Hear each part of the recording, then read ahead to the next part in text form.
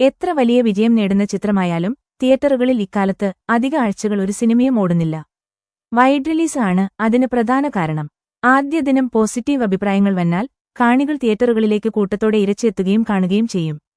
അതിനാൽ തന്നെ ഓപ്പണിംഗ് കളക്ഷനിൽ മറുഭാഷാ സിനിമകളോട് മുട്ടാവുന്ന നിലയിലേക്ക് മലയാള സിനിമ വളർന്നിരിക്കുന്നു. ഇനി അഥവാ മൂന്നാം വാരത്തിലും മറ്റും ഒരു ചിത്രം മികച്ച കളക്ഷൻ നേടിയാൽ അത് അപൂർവമാണെന്ന് വേണം പറയാൻ. ഇപ്പോഴിതാ മൂന്നാം വാരത്തിൽ നേടുന്ന കളക്ഷനിൽ ഞെട്ടിക്കുകയാണ് ദൃശ്യം 3. മോഹൻലാലിന്റെ പിറന്നാൾ ദിനമായിരുന്ന മെയ് 21 തിയേറ്ററുകളിൽ എത്തിയ ചിത്രമാണ് ദൃശ്യം 3. ദൃശ്യം ആദ്യ 2 ഭാഗങ്ങൾക്ക് ലഭിച്ചതിന് സമാനമായി ഏകപക്ഷീയമായ പോസിറ്റീവ് അഭിപ്രായങ്ങളല്ല ദൃശ്യം 3ന് ലഭിച്ചത്. മറിച്ച് സമ്മിശ്ര പ്രതികരണങ്ങളായിരുന്നു.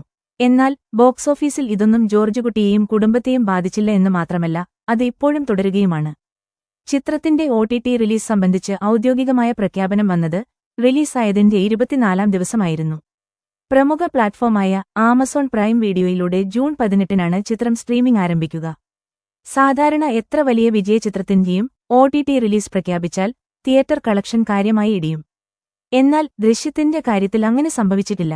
OTT റിലീസ് പ്രഖ്യാപിച്ച ദിവസവും മികച്ച കളക്ഷനാണ് ചിത്രത്തിന് ലഭിച്ചിരിക്കുന്നത്.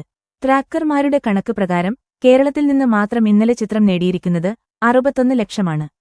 ഇന്നത്തെ സാഹചര്യത്തിൽ ഒരു മലയാള ചിത്രത്തിന് ലഭിക്കുന്ന മികച്ച കളക്ഷനാണ് ഇത്. ഇതോടെ കേരളത്തിൽ നിന്ന് ഇതുവരെ ചിത്രം നേടിയിരിക്കുന്ന കളക്ഷൻ 89.3 ലക്ഷത്തിലെത്തിയിട്ടുണ്ട്.